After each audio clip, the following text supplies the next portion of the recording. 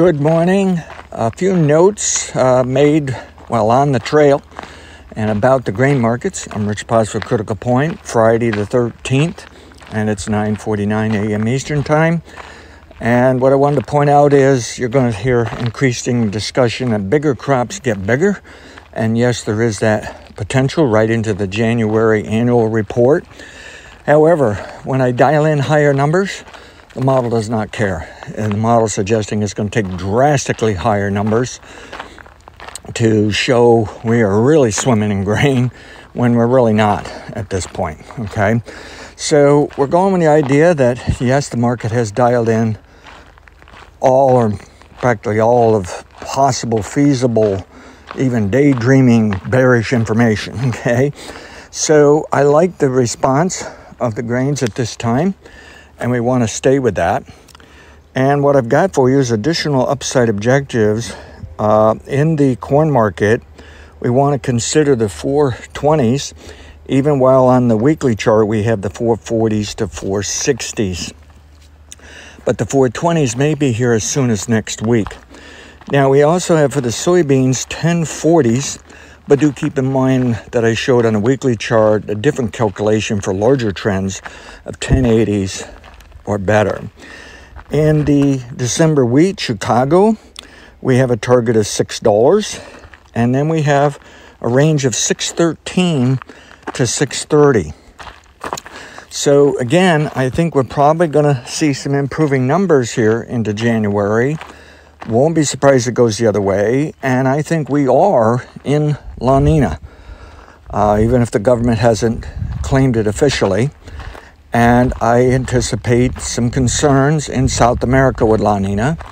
And I think from now into next summer, we'll see increasing discussion and concerns, unless, of course, La Nina goes away. I think we're going to see improving global economies, exports, imports, trade.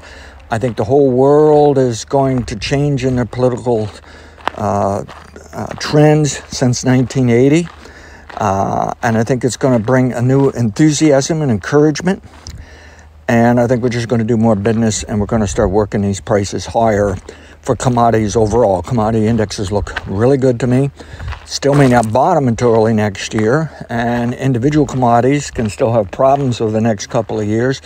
But overall, it looks like we do want to flip back already to consider seasonal demand to push prices higher, and also consider that there can be crop problems yet to come this decade that can pile on top of that to make some more explosive run-ups. At any rate, that's what I wanted to throw in here. Is do keep in mind I'm already seeing the increased discussion of crops getting bigger, but the best I can tell, pushing in much higher numbers, the model still does not seem to care, okay?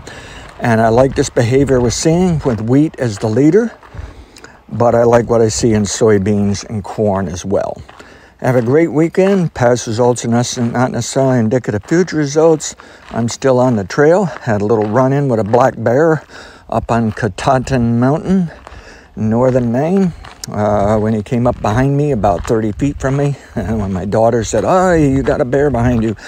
And we had a little conversation. The bear left, and I said, "You watch, he'll be back in 3 minutes." He was, and he was a little more forceful, but scared him away with a rock.